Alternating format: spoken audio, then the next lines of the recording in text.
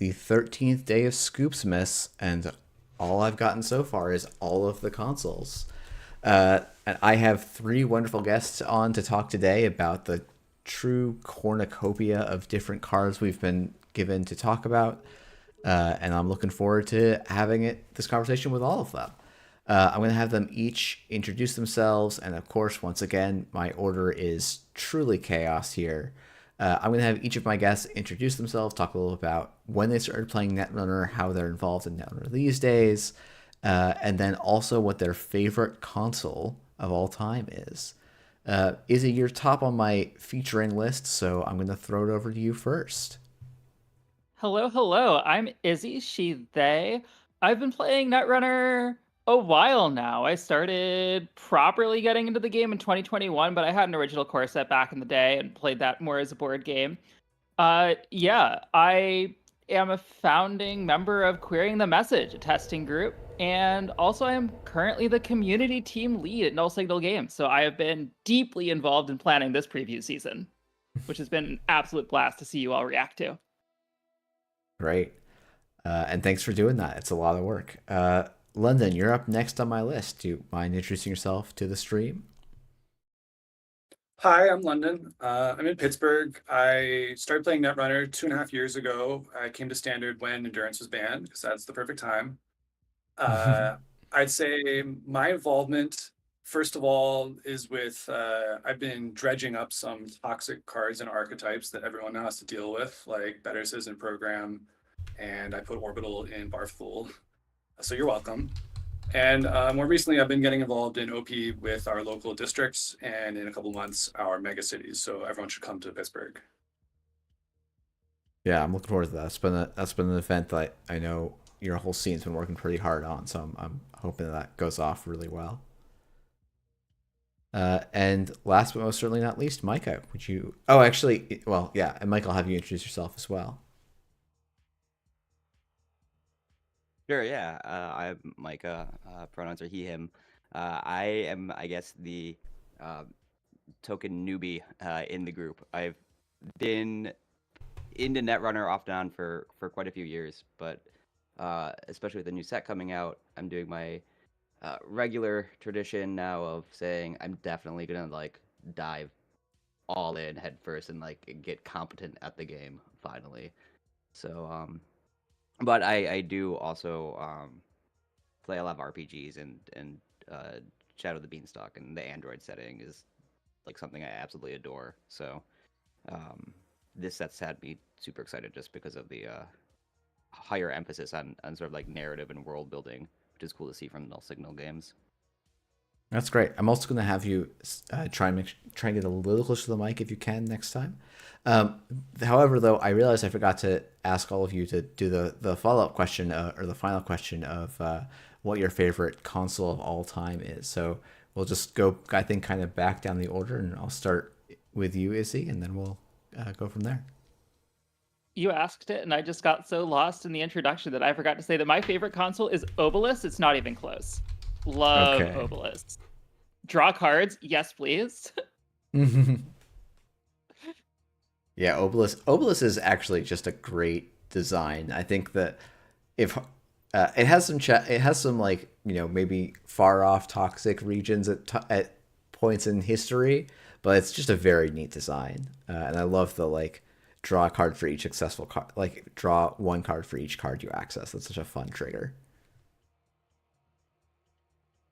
Well, then Yeah, how they about should you? have just reprinted this in Elevation. Yeah. Oh man, and Matt, like this with Zaya was such a fun such a fun one too. Uh, but London, how about yourself?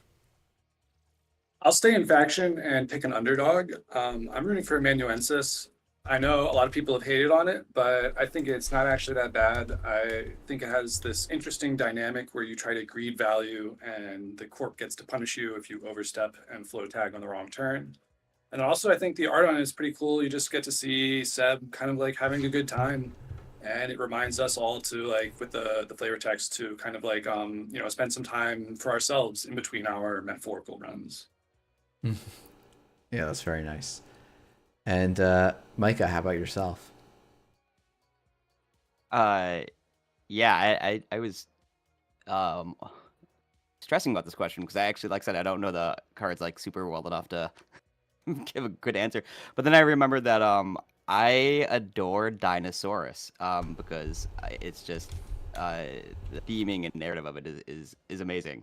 And uh I have no take on the mechanics, or at least no take worth giving that would be useful to anyone.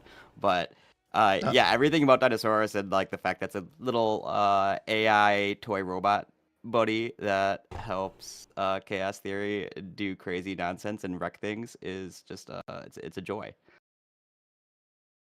Yeah, no, Dinosaurs is a great one. I remember it being something that I spent much too long trying to make Dinosaurs work. And it's a fun one. And like, what is it? Oh shoot, it's like one of the most like infamous or famous is it Credit Crash? No, it's not Credit Crash. It's oh my goodness, Shattered Remains, right? Is like one of the like famously dark Netrunner cards because of how much people love dinosaurs. So I think that's a great answer. I think there was another we're gonna do Chaos Theory dirty card, but I don't remember it off the top of my head. But with that said, Is it like Bad Times? No, Bad Times was is Bad Times the one with the face? Yeah. Bad Times I remember being one of the first cards that people like freaked out about like ruining the game with the current mechanic. Or I guess this isn't the current. I just remember people freaking out about this. What's the card? This is gonna bug me now that I can't remember what this card is. Oh well. Anyway, we've got a lot of cards to talk about. It's been a very good day. Yeah, it's the one with the two dads that are fighting, and I can't remember the name of it. Okay, but we have a lot of cards to talk about today, and I think they're interesting from a whole bunch of different angles. The first one, though, is Scrounge. This came to us courtesy of Bahram Wu. The video should be linked in the description. And this is a one-cost Anarch event. It is subtyped double. It's one influence, which is, I think, pretty notable. As an additional cost to play this event, spend click.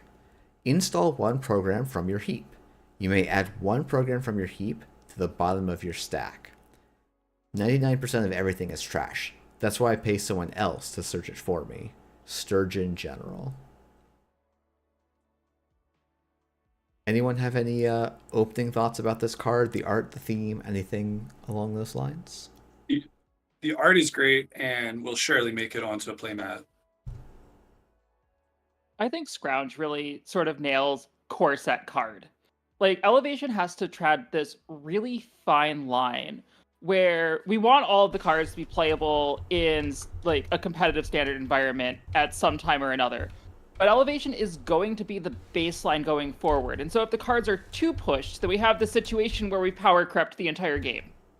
And so Scrounge sets the baseline for Anarch Recursion in a way that I think looks really nice. Like, being a double, it's a real commitment to do it. You're not getting like the Katorga breakout run compression with it. It sets the baseline for recursion. It does it in a really like nicely Anarch thematic way. I'm super excited to have this as a piece of the toolbox.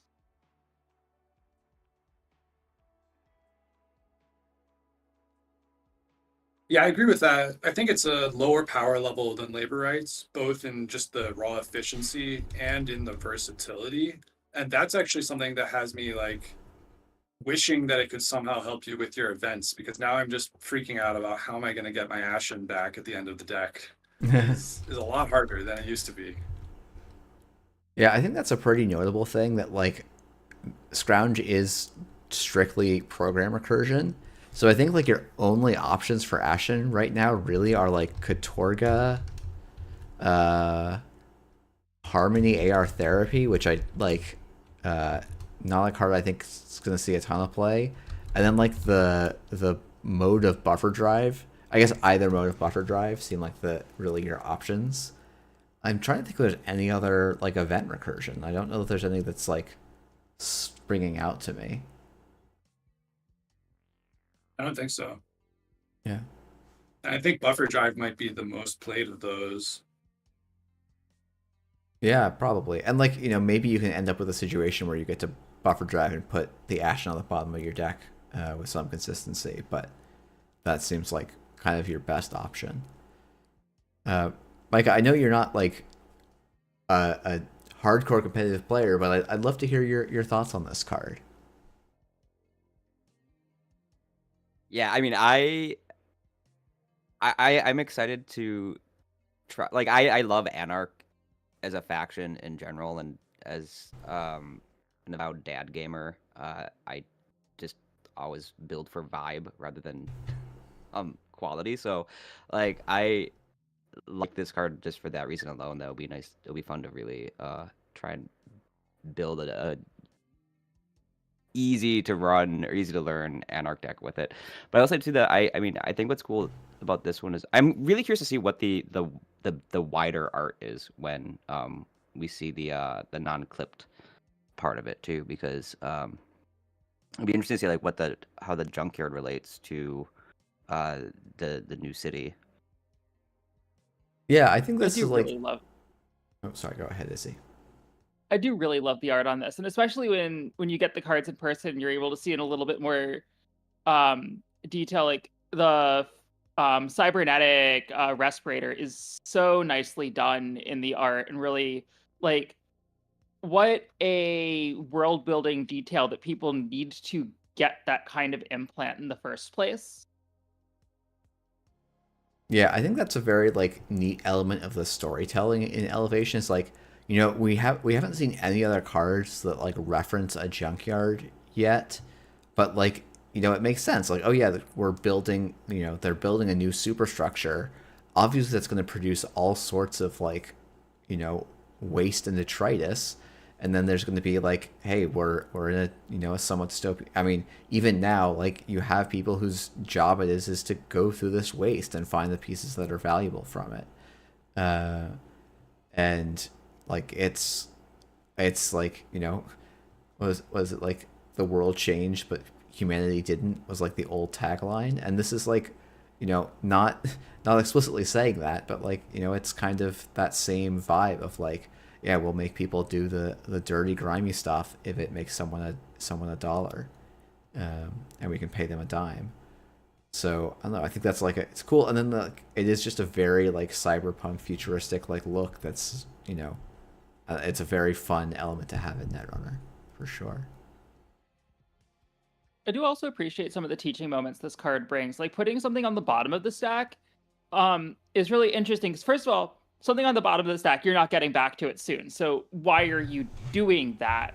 And sort of bringing that up, and then leading people to think about, okay, well, what if I tutor for it, or what if I shuffle the deck to bring it back up in the deck so I'm more likely to draw it? It brings really these nice questions for a newer player entering the game with this set. I also think like if you're worried about like race shooting, you can be like, oh hey, here's like a one influence card that's not gonna hurt me too much to include this in my deck, and I have an out for like if I take a net damage and it hits a breaker out of my hand that I wasn't prepared for, or an SDS gets scored against me and I didn't realize that SDS was a card that exists. Like this is a nice like learning tool for to figure out like, oh, can I do this? And you know maybe this is a mulch card secretly. Putting a botulus or a fermenter on the table, then putting a putting the other one on the bottom of your heap for the end of the game, or bottom of the stack for the end of the game. Like maybe that's an extra little bit of recursion for that style of deck. So could have some standard play as well. Well, I mean, I do like for the the one learning. influence. Oh. Oh, go ahead. I was gonna say, like, for the learning aspect of it, though, too, like, what I'll say is, like, someone who's perpetually trying to learn, more so than like refine. The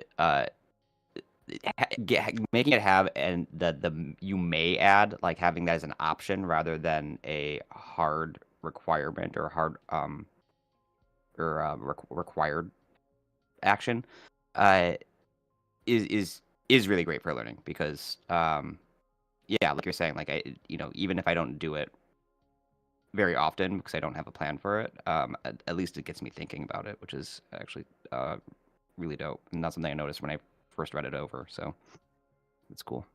This on a related note, I remember someone probably new at the time playing labor rights with an empty heap and milling some bin breakers, being excited to see them in the bin, and then realizing they all had to go back. If labor rights said nay, that would have been nice. I mean, it's maybe not the best play, but it would have turned out well. But nope, they're gone. Cool. Should we move on to the next card? Does anyone have any final thoughts on Scrounge? Okay. Well, this is one of the reasons I asked about console questions earlier. We've got 2 consoles to talk about today. And so here is the first one to talk about. This is Bling. It is a 2-cost Anarch console. It is hardware as its type, obviously. It gives +1 MU. Whenever you install a card without spending credits, you may host the top card of your stack face up on this hardware.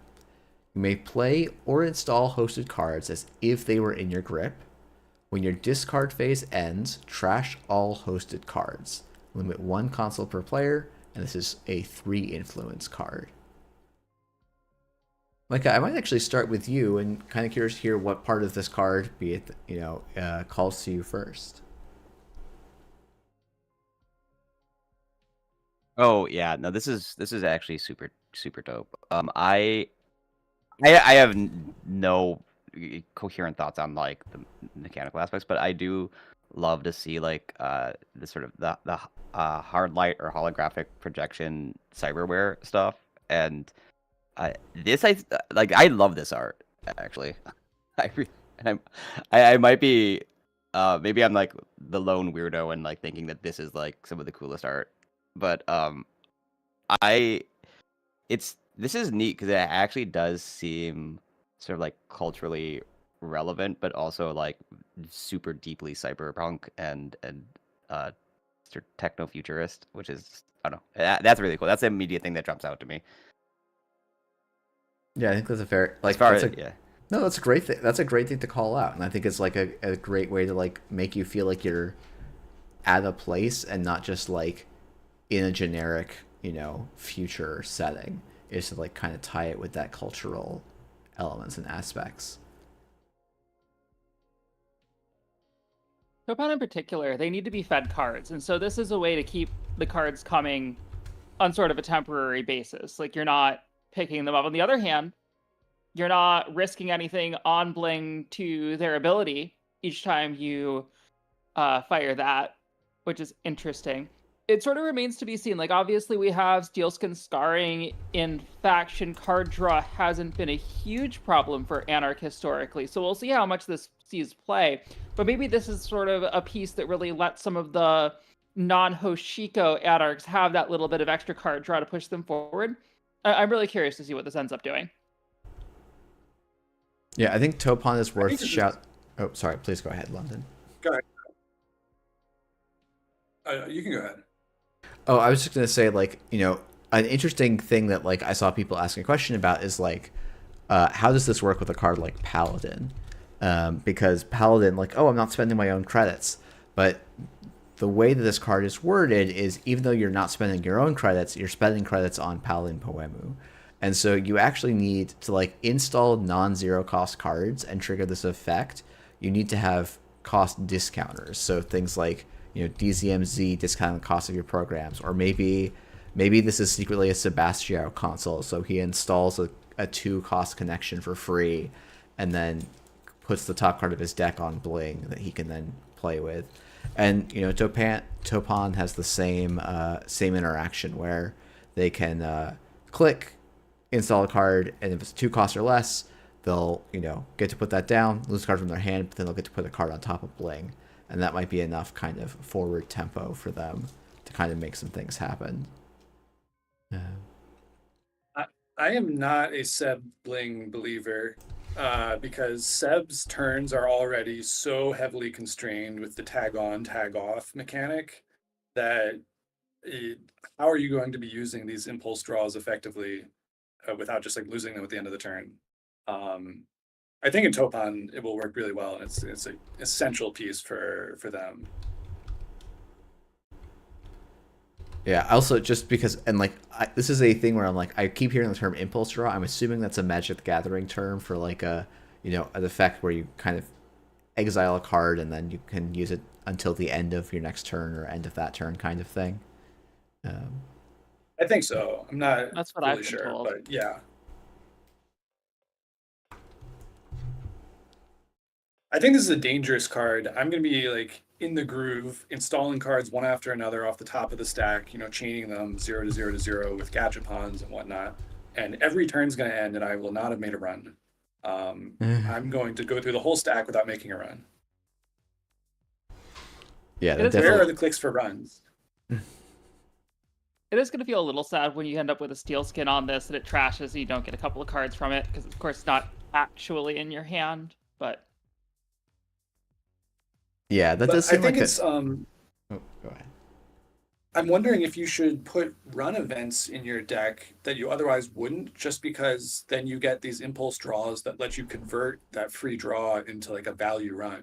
Like raindrops would maybe make sense, or perhaps even illumination, because then illumination's actually cool because you can get the free draws and then chain it together if you are so daring as to play it with fewer than 3 installs in hand at the time.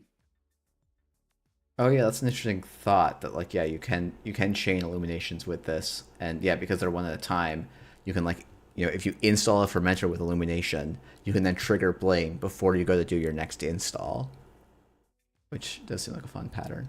I also I think Gachapon's like a good shout out because it can actually trigger Bling twice with a single card, which like honestly maybe is too often to do it in one turn, but maybe that could be a way to get a little more value out of this console potentially. Well, if you They install worded it really on well. your turn, and Go then ahead. you fire the Gachapon on the Corp turn, it sticks around until your discard phase ends. So you get the card for the start of your turn. I hadn't thought about that though. That's actually, for some reason it was like when the discard, or when the next discard phase ends or something. But yeah, when your discard phase ends means, yeah, you do get to use that Gachapon. Like you can still use the Gachapon the best, like the optimal way at the end of the corpse turn, and still get your Bling trigger, which is pretty nice.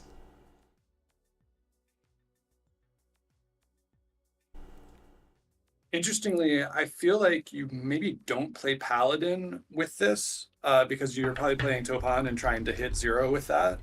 But you maybe do play Mamie because you probably still have some events. And like if you get a Steel Skin or a Strike Fund on this, that's just free value, use it or lose it. So I feel like Mamie credits will still go a long way. Yeah, I think that'd be pretty interesting to see. I think it is a little unclear, like, oh, do you need to be installing the cards off of Bling? But like you can totally play them too, and maybe that's the actually the better way to go. And I think that's an interesting shout that I wouldn't have thought of as a way to use the card. So that's very neat.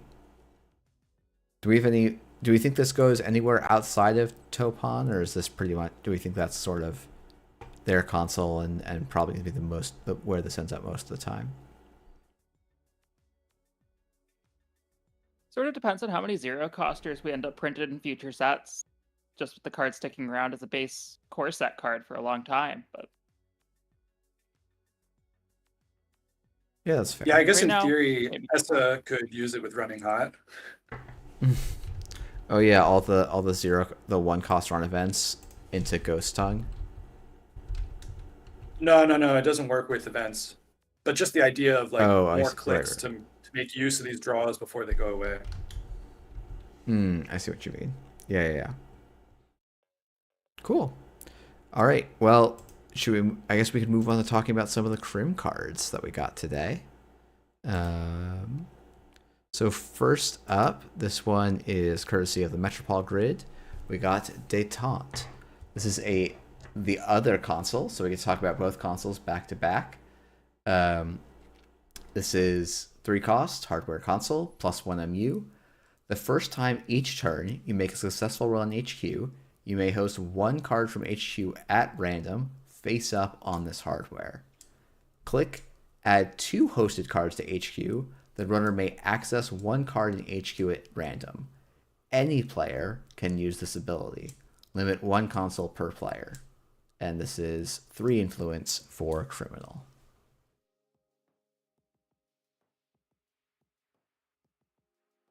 Who has some first thoughts on this one? Well, as people may have surmised by my favorite console being Obelisk, Crim is my favorite runner faction.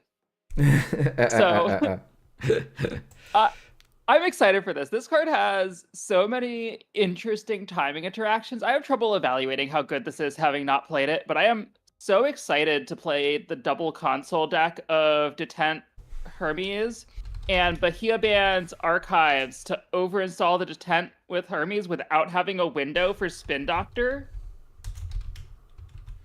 We're going right into the deep timing lore, but yeah, this is a fun interaction for, like, because Biobands doesn't install outside of paid ability windows, like after the last paid ability window on a run, you can overwrite it because you've put a new console in play. Your older console gets trashed. That trashes all of the cards that are hosted on Détente, and you then get to steal an agenda that was hosted on Détente and bounce a card with Hermes, just to really kind of, kick a corp while they're down. This whole console, I cry shenanigans. Everything about it. Everything it's doing, and then also everything that it enables, like the Bahia bands, like the hitting a ganked, and then we have the Rules Crow is back alive, which matters for like a virus purge. Wait, can you say that one again? Hitting a gank. So the corp clicks the click ability, right? And the runner accepts the bargain. And so now the runner is accessing, let's say, a ganked. And now they're thrown into an ice encounter on the corp's turn. And so the whole adage about runner acts first is flipped because we have the... Oh, you're right. We have a new... an offer you can't refuse. And I skimmed through the cards. The only interaction that I could see right now in Standard is Mavirus, purging before, a Botulus or whatever. But, we're now we have that, so long as Ganked is in Standard. Yeah, I'm trying to think if there's any, like, on-encounter bypass effects that could also make it matter. Not when you're just accessing, surely. Yeah, because I'm like, you can't use... Okay, here's the truly cursed thing. The corp is on 15 credits, and we have the unspoiled, the card that we'll talk about later, that does let you bypass. In theory, you could get hit with a mess the chest foe with an encounter before you bypass instead of after. Does that really matter? Probably not, and that's incredibly cursed. But yeah, that's maybe the other scenario where an offer you can't refuse timings maybe come up again. But would you be able to Fizzarum because you're not in a run? You can still do bypass, right? Yes, but the order changes. So like Yes.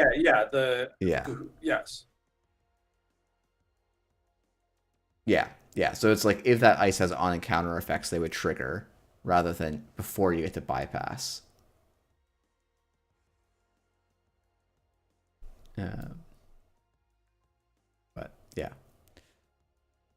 Thematically, I really like this. Like, we're depicting a runner who works with the corpse a lot, and this kind of like, here, let me keep that safe for you vibe is really fun with this console. We'll see how it actually ends up playing. I didn't get the chance to do much play testing for this set, so I haven't had a chance to play with these cards, but this looks like it's going to feel really fun. Looks like it's going to create a lot of interesting decisions on a lot of board states. Like, when are you pulling cards back? Like, how often is it really worth it to spend a click as the corp to undo a little bit of semi-maw damage? Like, how often as a runner are you putting things back in? Are you just putting agendas back? Are you putting other things back? What happens when it's a snare? Snare's rotating. R.I.P. Snare. Yeah, what happens when it's a behold? Behold, that's the one. Yeah. Yeah, I think this is a very, Ma was a pretty defining card. I think Détente has a couple of levers that make it noticeably a bit weaker than Ma, but I think it does also have some, like, it's sort of an a Docklands Pass. The first, like, in that, like, you get to put a card, you get to see one card, you get to basically see two cards in the run. Now, admittedly, you only get to access one of them, but you get additional information, and you could start holding corp cards hostage. So especially if we like get into a meta with lots of combo-y corps, like suddenly you can start really holding their cards hostage for and slowing down their game plans, which seems like it could be kind of interesting. It needs to have two cards on it for the corp to use it. If you're looking for something specific to really hold on to, like say you just desperately don't want to pay the 3 credits to trash the measured response, if you go and find it and there's a bunch of cards on there, you can click and put the other cards back and be like, look, that's your problem. I'm keeping this one. Yeah. Oh, it's funny. I hadn't thought about that, but that totally is a thing you can do. If like, yeah, if I find the one combo piece, just like aggressively click away things you don't want to grab. Micah, I want to make sure you also get never a chance. run HQ. Yeah. In that scenario, you can never run HQ again. Well, actually, no, it is a May. Yeah, so you may host one card from HQ at random. So you don't even have to. You're not forced to do anything. I think that's actually been one of the big changes in a lot of NSG cards. It's like they almost always use May abilities, which is like from the OP team. That's great because that means I can just tell people, "Oh, sorry, you missed it," and move on. It makes my judging life easier. But it does sometimes, remove some of those interesting elements of like, "Oh, I want to use this card in an unintended way, so I have to work harder for it."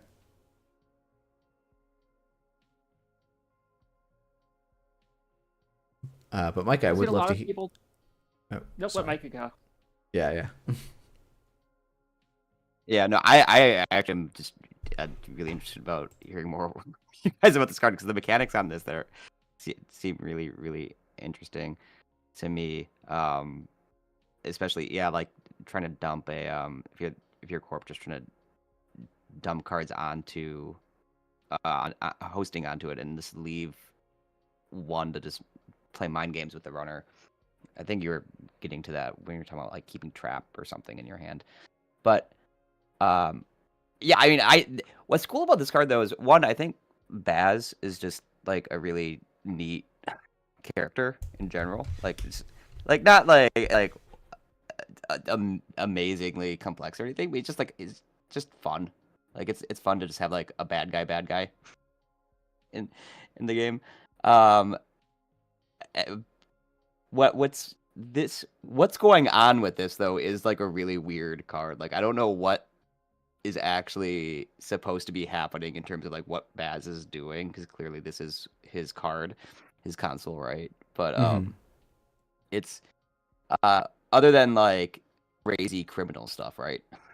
So some crazy scheme that's happening that's hopefully working out for Baz. But I mean it's a cool card. The art's cool, like the vibe is really great. I love the casino vibe with him just sitting there like having his console out while he's actively gambling. It looks like so that's really fun. Yeah, if I had to guess, like lore-wise, because like we saw that Baz was working with a corp in what was it called? It was literally spoiled yesterday. Off the Books. Yeah, Off the Books. So like, I'm wondering if like this is him setting up this work in Off the Books, and he's like, pulling up his dossier on this, corp employee on the center of the frame, and offering, some kind of e-cigarette as a. Or maybe just a cigarette as like a peace offering, a détente to say, oh yeah, we may have different objectives, but maybe we can come to a mutually beneficial arrangement here, kind of thing. Yeah, that's sort of like the vibe I was thinking too. Like it just sort of schemes within schemes, where Baz is working for the corpse, but he's also always, working chiefly for himself and is sneaking stuff off on the side at any given moment. So.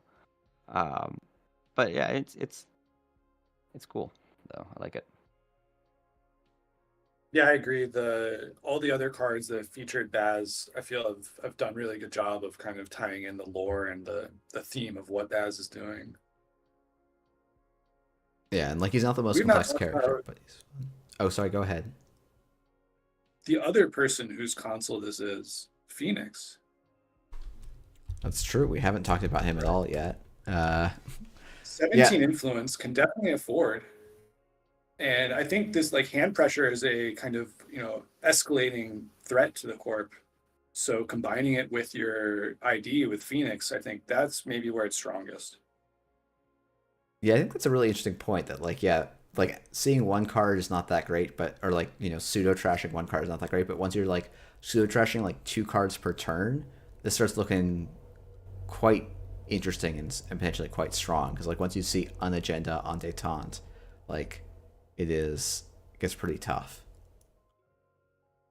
Yeah, I mean, if you have a hand size of 5, you can click back an agenda if you need it. You take the 1 and 7 that the runner gets it.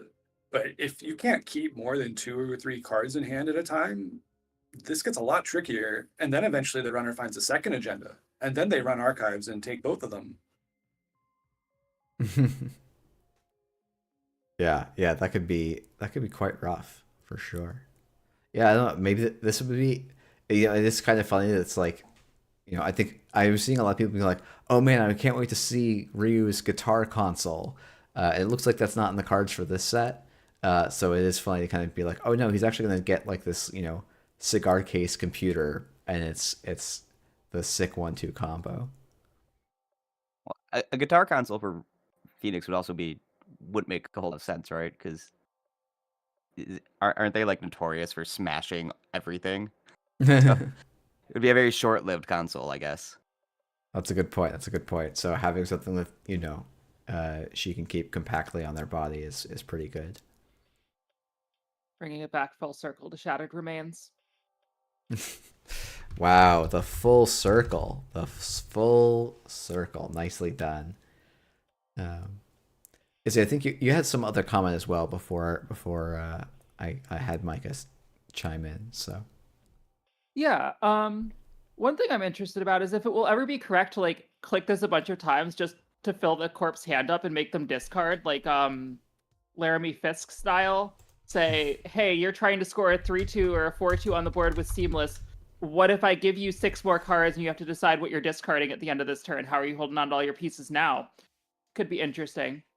From the competitive perspective, the question becomes like, is this better than Hermes? And the answer is, it's a core set card. Hermes will rotate. yeah, it's I saw someone asking in chat like, do we think Baz actually wants this versus Hermes? I think like the meta is like Hermes is probably going to be the default Crim console that I would expect, but like I think this is an interesting console that like has game changing effects, and I also wouldn't be shocked to see Penny Shaver come back to some extent, given the way that like Econ is changing. So I think Criminal has some interesting choices in the console slot, even if it's like, well, there's probably a best one. Like we've already seen that like even Swift had some legs, so I feel like the console slot's becoming pretty interesting in Criminal for what your choices are. And like while Détente may not be like quite in the same conversation, I feel like it's interesting enough to merit at least some conversation and experimentation. And like I will not be shocked to see Détente like winning some districts and maybe even like a mega city size event.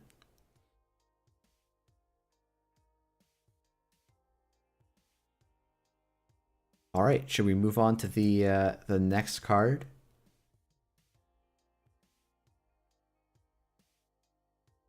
We've got Fransofia Ward. This is a 3-cost resource connection. It has two effects. The first one is the res cost of each piece of ice is increased by 1 credit. The second effect is whenever you encounter a piece of ice, if the corp has 15 credits or more, you may trash this resource to bypass that ice. The flavor text is, she learned from the best, me. When I retire, the KK Trimoff will be in good hands. Barry Baswong. And this is 3 influence. So I did not have Xanadu surviving rotation on my bingo chart. Yeah, Xanadu, the like one of those like, how did this end up in system update, has somehow managed to survive another rotation. It does seem more at The home second, in Crim, the econ denial portion. Like this sort of adds to sort of Krim's 1,000 cuts econ denial package that's been building up more, where instead of the big, okay, we're going to siphon you down to 0 credits and you're going to try to recover from no credits all game. No, Krim's just saying we have a lot of cards that cost you an extra credit here, an extra credit there. You're just going to have to spend 10 to 15 more credits this game if you want to play against Econ Denial Criminal in a way that like Reyna never could quite put out. Yeah. That kind of segues into the second ability, which to me is kind of funny at how it's at odds with the first, because you specifically mentioned spending like 15 more credits over the course of a game, which means how are you ever going to, when will the Corp ever have 15 credits left over? So to me, the second ability feels like a consolation prize for absolutely failing as a criminal and letting the Corp run away with the money. And I guess you get a second use out of the card of you get a bypass, so maybe it's one last glorious run. Yeah, I feel like because it's like this is the kind of card that's typically pretty difficult to include multiple copies of because it's unique, it's kind of situational. Like, you know, if you end up playing against like a an Epiphany deck, for example, like this probably isn't going to trigger that many times in the game overall, because there's just not going to be that much ice.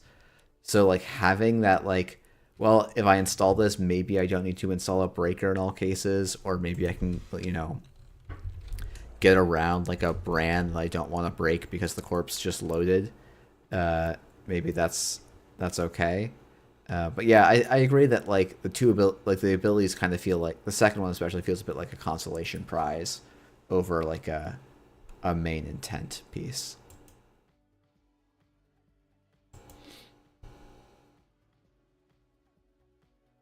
I really love seeing this kind of character on a card, like the sort of mentee developing character and the relationship to Baz and like that sort of continuity of the world that's able to be depicted by something like this. I find really nice to be presented in the narrative of the game. Yeah, I was actually gonna say that this card actually, Izzy, I think you and I were talking about this Ludo narrative issue in card games in the World Breakers Discord not too long ago.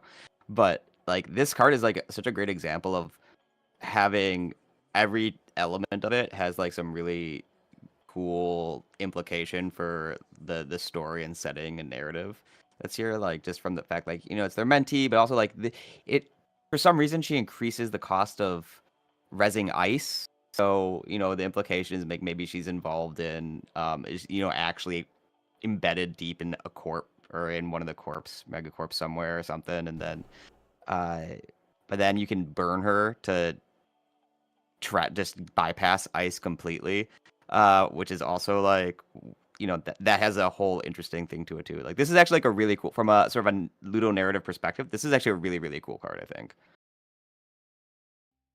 Yeah, like if she's not doing much, she can maybe siphon a credit here and there and make the corp worse. But yeah, if you want to go all in, you're gonna lose your job to help Baz get past that one ice. Yeah, I would say I kind of like how this flavor text, like, you know, Baz has had like some cool one-liner flavor texts, and this is like a nice one for me for being like, oh no, he's actually just a bit like he's a kind of a bit full of himself and like a kind of sleazy guy, but that's like kind of great for the setting in that order anyway. Like it's just like, oh yeah, he's a bit of a jerk, but that in like a in the context it's still slightly endearing somehow, which maybe it shouldn't be, but like I would not want to know Baz in real life, but it's kind of fun to have that little bit of like role playing of like, oh yeah, I get to be a bit of a jerk and a shady character. Well, you also have a mention of like the Trimorphs in there too, which it's always fun to see the Trimorphs pop up on a card. Yeah. I think. I'm trying to think. There's the Trimorph. Yeah. Probably not the same person, thankfully, because that universe could have a couple more than like 3 people in it. But what was I thinking? Yeah, the Trimorphs actually just 3 people. That's what the Trimorphs are. Yeah.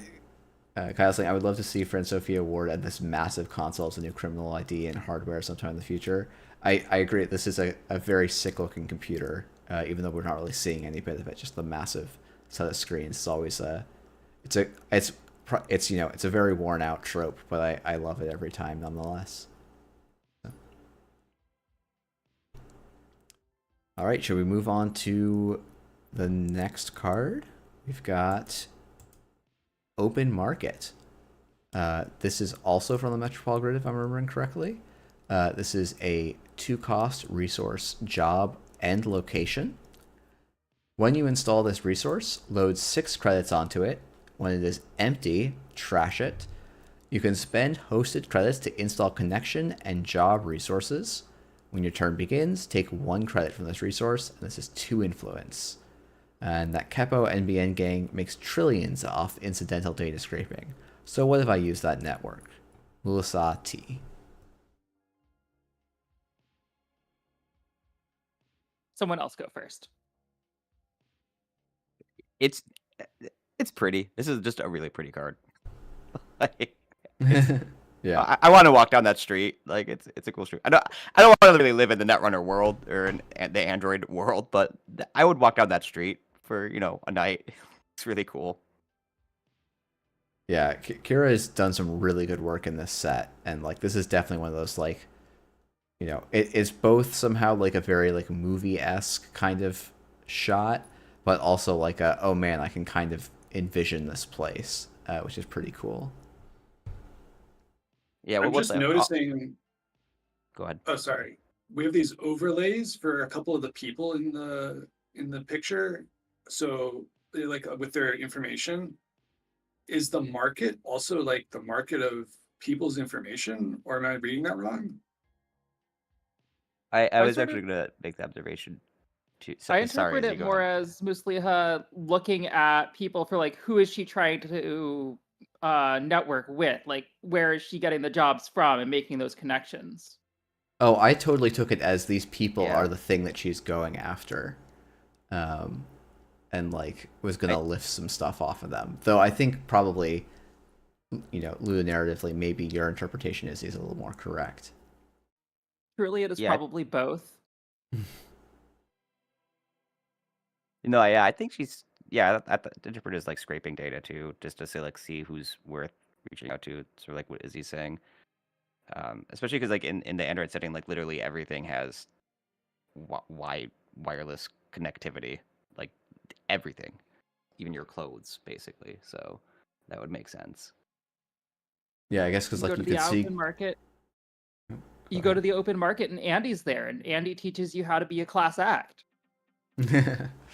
That's true. This installing the class act seems like a very good use case for this card, because instead of it being a drip for 4 over 6 turns, it becomes a drip for 4 almost becomes a drip for 4 basically within 2 turns. Maybe 3, I guess technically, but that's pretty good. I think go ahead. Is Kepo like an adjective, or is like what is Kepo? Do we know? Yes, I think it's a Malay word. I think it's Andre said it in this video. Yes, colloquialism. Okay, I think it was. I think it like translates to like nosy or something. Was I think the translation he used in his video. Oh. Cool. Yeah, I like that. It's cool. I like to see that sprinkled into the flavor text. Yeah, it's a nice little like incorporation of the setting. Career Fair was always a card that I often threw in a copy of in Crim, and then often cut, and then often kind of regretted cutting. This feels like Career Fair, but easier to play. Like, you don't save the click on the install, but not needing to have 2 cards in hand at the same time to be able to just put it down makes it feel a lot more playable. The fact that it pays for the next open market that you find, they're not unique. You can just throw down the next one with 2 credits off it and just have that money there. Feels nice. Feels more playable. Yeah, and I think it complements Crim's run-based economy pretty well to have some, non-interactive money, just as a good baseline in case Glacier tries to lock you out. And also because a lot of your run-based economy is on a connection, maybe you're trying to play red team or side hustle. Yeah, this card is making red team look the best it's looked. I feel like since it was spoiled, I guess. Because yeah, this does basically let you just throw down a red team for 2 credits and an extra click, which still maybe isn't enough to make red team worth putting in a deck, but definitely seems kind of interesting. Well, they have a joint synergy with Knick-Knack. That's true. Yeah, maybe Knick-Knack is a credit card. So here's a place that we don't have the May. If you're trying to juice this all the way and sell it on 1, you'd better be ready to make a run on that turn, or else it's gone. Yeah, that's true. Knick-Knack. Yeah, you It must feels take this credit when incredibly turn unlikely. begins. Feels incredibly unlikely that Knick-Knack's really worth it in Crim to me. Like, at least the way I play Crim, I'm putting things down and then they're staying on the board until they're empty, or like I'm using the things, right? Like, this is probably the only card in my Crim deck that's going to run out and empty and go away. What about? Well, I was about to say, like, the class act starts to look kind of interesting because I could sell this and I've often been, it's not. I feel like it's actually a pretty common play pattern for Crims to install over their own class act. It's like, well, what if I install over that class act for free and get a card off of it? Like, maybe that's good enough. So now we're at 6 Knick-Knack targets. Yeah, and then So you might might also play influence for that? Revolver.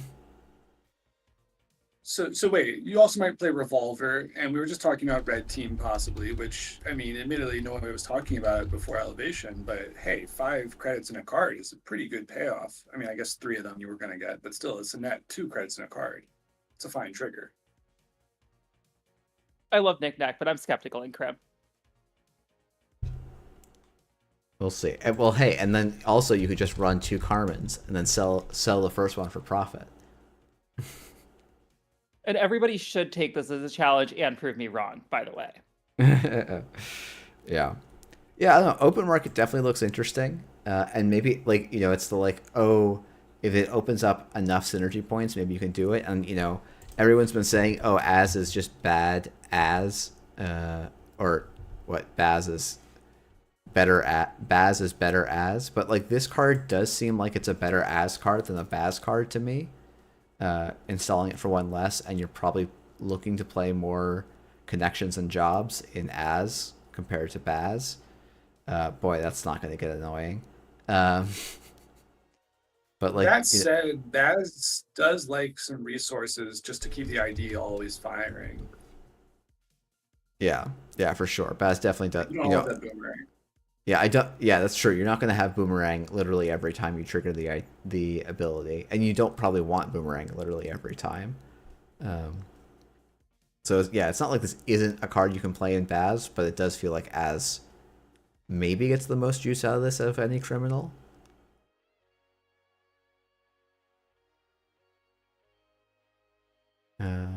Cool. Any final thoughts?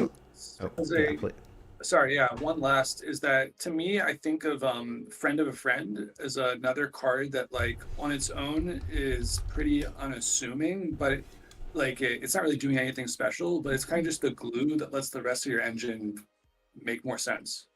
Mm-hmm. So, sorry, you're saying like open market is going to be like Friend of a Friend, and it just makes an engine kind of work smoothly together?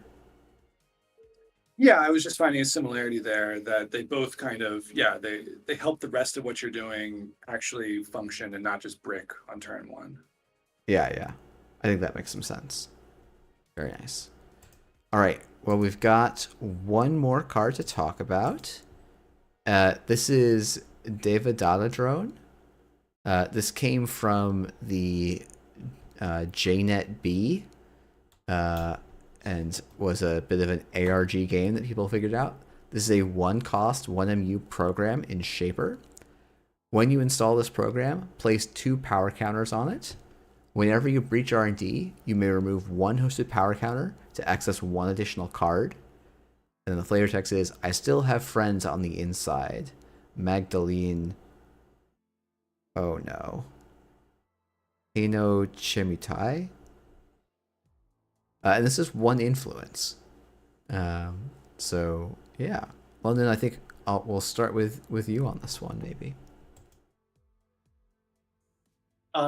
So is the one colored bee Mag's bee, or are they all Mag's bees?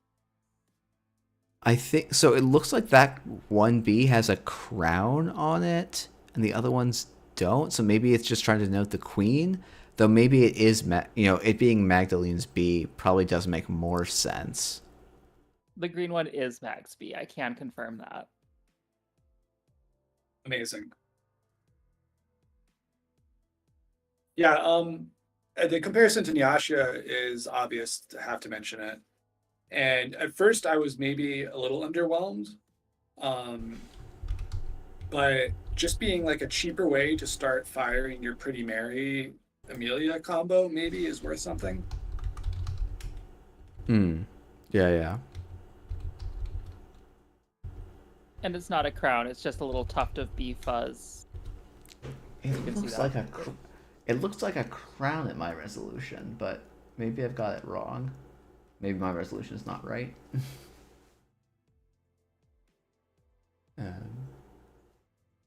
Yeah, Nyasha was maybe not high on my list of like expected reprints, but at the same time, like an R&D interface type card like makes a lot of sense for Shaper.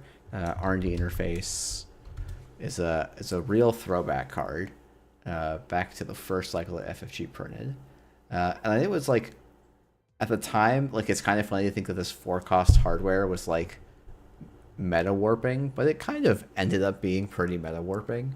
And so I think Nyasha was an attempt to fix that, and I think Drone is like a fun approach at taking that again. But Micah, I'd love to hear your thoughts on this card as well. I this one's it's cool. I don't have a lot of strong thoughts. Yeah. I mean, I like it. I mean like the sort of net based cards are cool, but at least for me, like at that mostly they're just really fun to look at. Except for some like classics like Eli and some other ones, but mostly I think they're just like it's a chance for artists to like just go crazy and do really neat stuff. Yeah, I think that's fair. Aurora calling out. Yeah, I went and looked up. Devadatta is like, it's not really like the devil, but it is a little bit of a like slightly evil sibling to Buddha, which I think is kind of an interesting for like a Magdalene, and especially for like a Shaper theming of a card. I feel like we don't see that like darker side of Shaper kind of self-obsession as much, and it's kind of neat to see that in Magdalene and Devadatta. Yeah, that's true. Shaper's been coded as like really hopeful. Well, I guess that's not entirely true, right? 'Cause there's been some like not as like hopeful, plucky Shapers. Yeah, just Minder is the one that like, stands out to me as like not a happy-go-lucky Shaper, but yeah. That's I retract that observation as being well, but incorrect immediately. Most of the other ones probably follow a bit more of that vibe. Chaos Theory, A Literal Child. A lot of them have a bit more of a hopeful tinge rather than like a, Arasana being like an artist rather than like a revolutionary. Let's kind of give that general vibe. Maybe this is actually the knick-knack target, use it twice, sell it away, because it doesn't actually go away when it's empty. Kind of can't trip the card. That seems not the worst, And I was joking with someone, like, I don't remember the last time I've seen someone fully empty a Nyasha, so, like, one fewer counter for one fewer credit might actually be a totally fair trade. Netrunner is a game of small numbers, and cost is the number that gets hit by that rule the most. Going from 2 to 1, especially in Shaper playing Knickknack, where you're probably playing DZMZ Optimizer and dropping this for free, seems like a really big improvement to the card in the way that I don't think losing the extra counter on it makes a significant difference. Like, if you care about it this much, I guess you play it with Daig and try to hit an agenda and charge it. Yeah, or maybe maybe this is the card Padma's been missing. I'd be surprised, but Cute animal tribal, Dig and the bees. Yeah, I also see Dropper in the chat shouting out like this isn't unique, so you can get a bunch of these running. Was Nyasha unique, and I'm just forgetting this? I'm just wondering that. It was, No, not. it was not. Okay. Yeah, I didn't You've think never it been was. dubbed by like I'm the girls deck Ukrainian. with like multiple Nyashas out. Oh no, actually, I think my least favorite version of this, and like it definitely isn't legal anymore, was the like oh shoot, the Mind's Eye decks that would just like they'd get like one run on R&D, then they would charge the Mind's Eye a bunch and then install like 3 Nyashas and just like click the Mind's Eye button until they hopefully won. So glad that deck was bad. I think we were all glad that deck was bad, though it didn't stop me from losing to it on stream. So I feel like streaming Netrunner is designed to get you punished by bad cards winning the game. yeah, for sure. I think Yeah, girls was at like a fine power level where it wasn't taking over, but it had its moments, and it showed off a cool idea. Yeah, no, I think Girls was a very cool deck. It was not, fortunately, the like all-in Mind's Eye, but it was, I think it's like Right.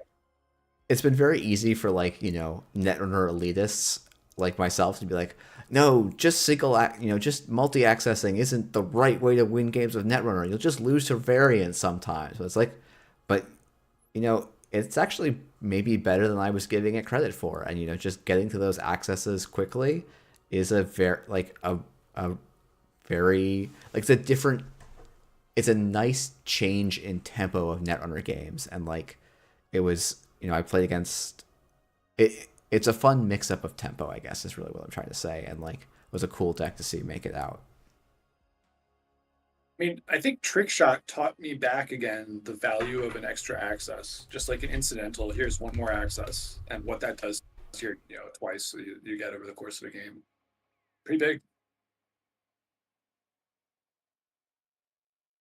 Yeah, so maybe we're this is a card that's kind of easy to sleep on and be like, hey, it's not it's a credit for 2 extra accesses, and that actually when you say it that way, like that actually sounds pretty good.